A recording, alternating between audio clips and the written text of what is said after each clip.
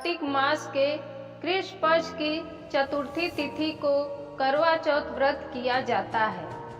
मित्रों, इस पावन पर्व में सुहागिन महिलाएं 16 श्रृंगार करके शिव व मां पार्वती की पूजा करती हैं।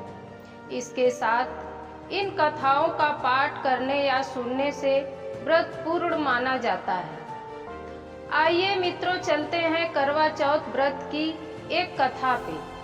इससे पहले मैं आप सभी भक्तों से निवेदन करना चाहती हूँ, अगर आपने मेरे चैनल पुष्पा देहाती वॉइस को सब्सक्राइब नहीं किए हैं तो सब्सक्राइब करके बेल आइकन ऑन कर लें, ताकि मेरी नई कथाएं और कहानियां आप तक आसानी से पहुंच सकें और अपने सगे संबंधियों में ज़्यादा से ज़्यादा शेयर करें। मित्रों, पौराणिक कथा के अनुसार तुंगभद्रा नदी के पास देवी करवा अपने पति के साथ रहती थी। एक दिन उनके पति नदी में स्नान करने के लिए गए थे। नदी में स्नान करते समय उनका पैर एक मगरमच्छ ने पकड़ लिया और नदी के अंदर खींचकर ले जाने लगा। करवा के पति उन्हें पुकारने लगे। पुकार सुनकर जैसे ही करवा नदी के पास पहुंची तो उन्होंने देखा मगरमच्छ उनके पति को मुंह में पकड़कर नदी में ले जा रहा है। तुरंत ही करवा ने एक कच्चा धागा लिया और मगरमच्छ को उस धागे से एक पेड़ में बांध दिया।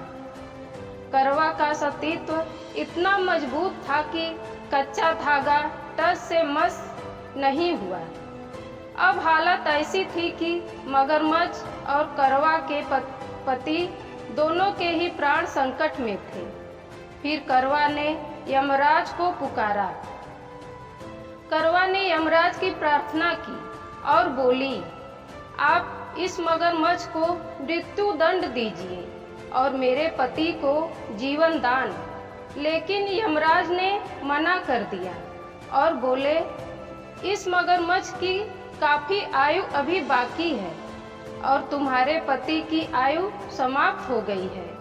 यह सुनकर करवा बेहद क्रोधित हो गई और उन्होंने यमराज को श्राप देने को कहा।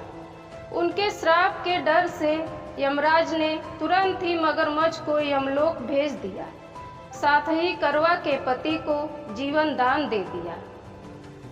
मित्रों, करवा माता के द्वारा बांधा गया वो कच्चा धागा प्रेम और विश्वास का था। इसके चलते यमराज सावित्री के पति के प्राण अपने साथ नहीं ले जा सके।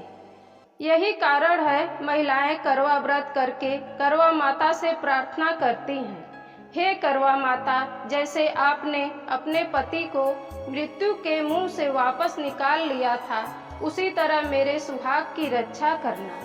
जय हो करवा माता की।